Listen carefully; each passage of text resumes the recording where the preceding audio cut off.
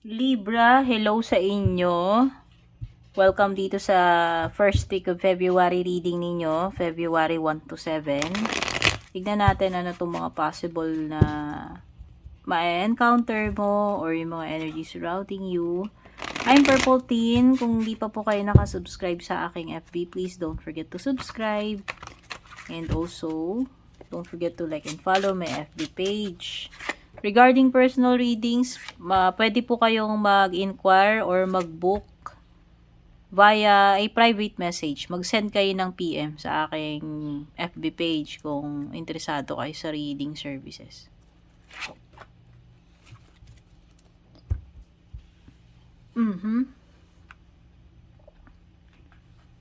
Meron kang Death card, Libra. This is Scorpio energy. Scorpio energy.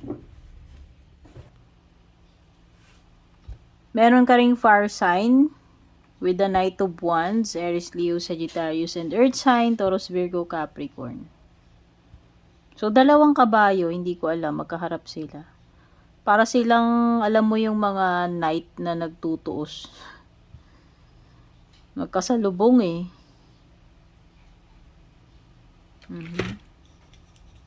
Alam mo yung parang nagdeduelo, parang ganun. Ganun yung napipick up kong energy dito. Uy. Parang merong ano,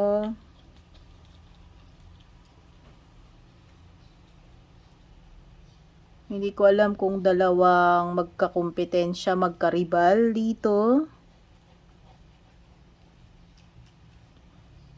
Okay. Meron ako nakikitang bagong simula with the Death card, Libra. Hindi ko alam. Merong nag-end, pero mapapalitan ng something na bago. Libra, yun yung nakikita ko.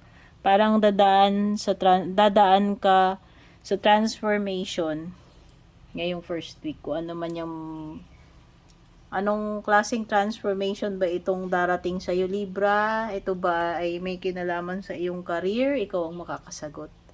Basta meron ditong nagpapalit ng anyo, basta nagbago ng form eh. Nag-iba eh.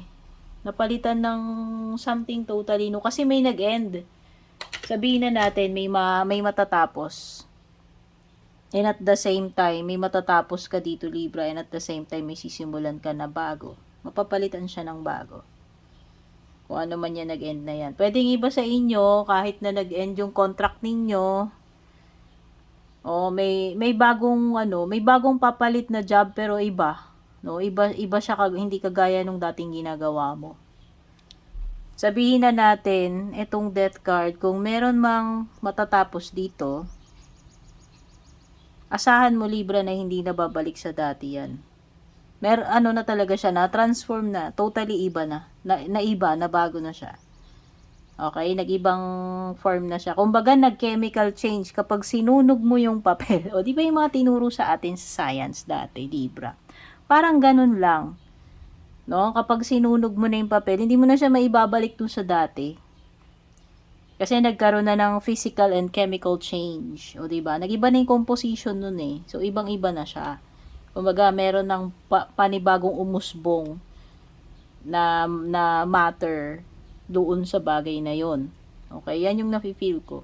So, i-apply mo yan, Libra, kung ano ngayon, ano yung nakaka-relate sa iyo diyan ngayon. Halimbawa, pwedeng relationship, or pwedeng sa sa buhay mo, pwedeng sa career, or pwedeng sa sa physical, no?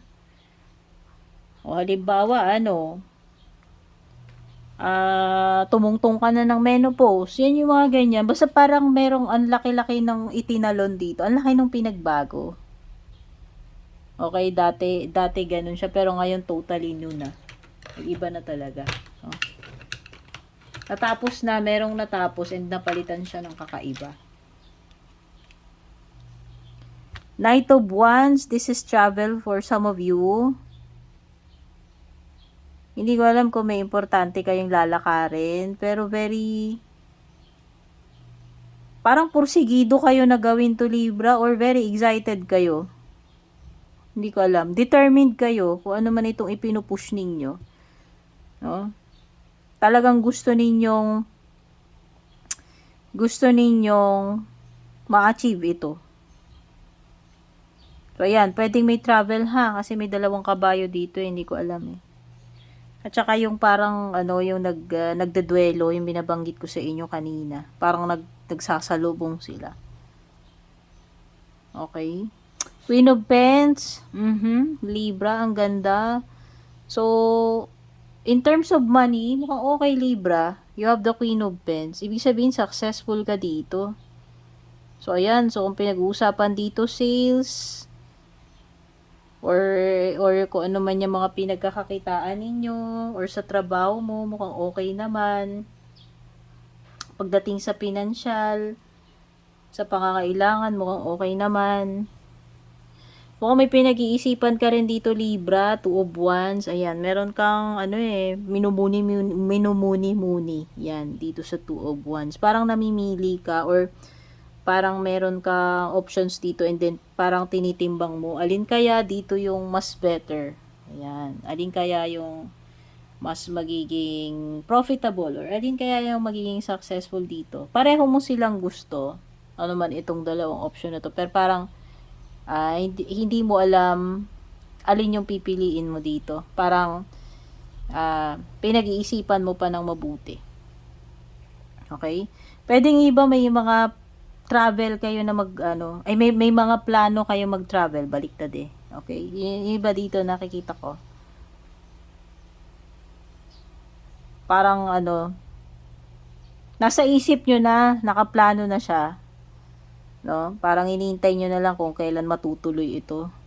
Or yun na nga, namimili kasi kayo alin yung uunahin nyo rito, no? Basta meron kasi kayong pinagpipilian dito, Libra. Okay? Meron kayong dalawang options. O pwedeng iba may hinihintay kayo, hindi ko alam. Kasi Two of Wands is also a card of waiting. O may ine-expect ba kayong darating? Kung ano man itong hinihintay ninyo, related ba yan sa sa trabaho? O naghihintay ba kayo ng confirmation? Naghihintay ba kayo ng email? Or approval, no? So, meron siyang kinalaman sa pwedeng may kinalaman sa business or sa sa trabaho. Hoy, Libra, may plastic na kaibigan mo. Oh, doble cara yan. Dalawa muka.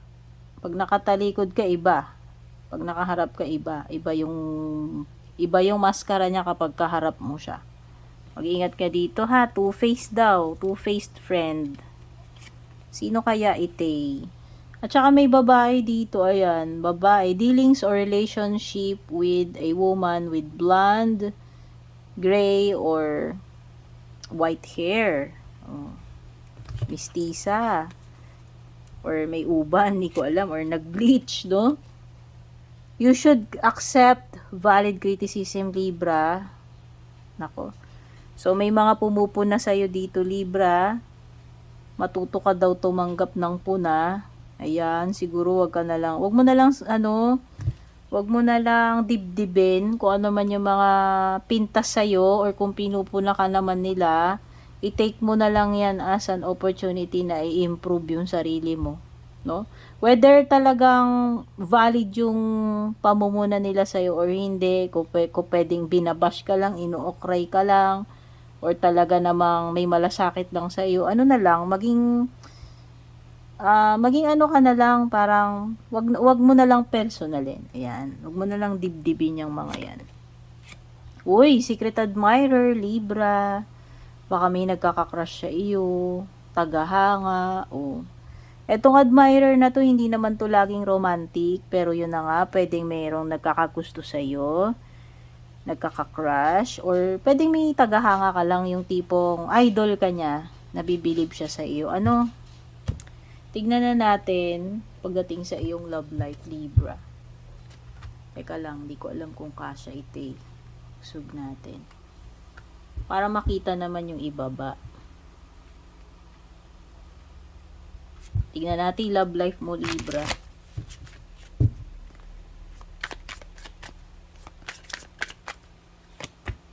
Return. Uy, may babalik, Libra.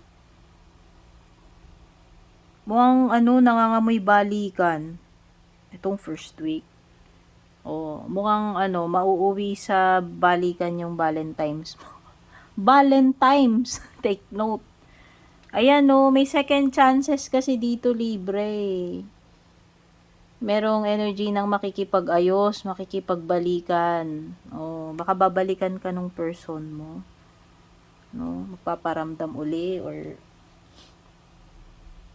diligawan ka uli. Basta, merong energy dito. Na possible na babalik siya sa buhay mo, Libra. Babae ka man or lalaki.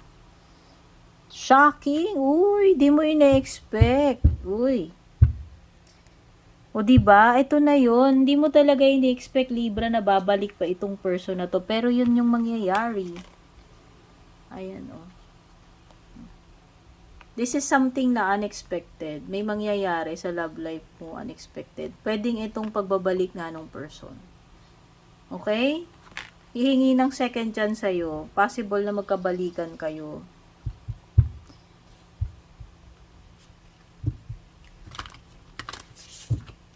Panggulat no? So, sana nga, at least maganda naman yung panggulat. Depende na lang sa Libra kung natutuwa ka ba na babalik siya sa'yo. Kasi kung hindi, edi walang silbi. Walang silbi. Pero ayun na nga, depende. Kasi collective reading naman ito So, pwedeng sa iba sa inyo, ikakatuwa ninyo. Ikakasurpresa na babalik siya. Pero depende na yan. Ito naman ay pangmaramihang reading, hindi siya pang isang tao lang. Kung ano po yung nagre-resonate sa inyo. Okay? Closing messages. A personal issue reaches resolution. May masosolve kang problem. Tungkol sa sarili mo, Libra, itong first week. Ayan, Congrats. At least, diba, may nasolve kang problema. Personal problem ha. May kinalaman ito sa sarili mo, Libra. At least na-solve mo. Congrats. At merong new romantic cycle. Ano ba yung sabi? Mukhang may chapter 2. Kung totoong magkakabalikan kayo, ayan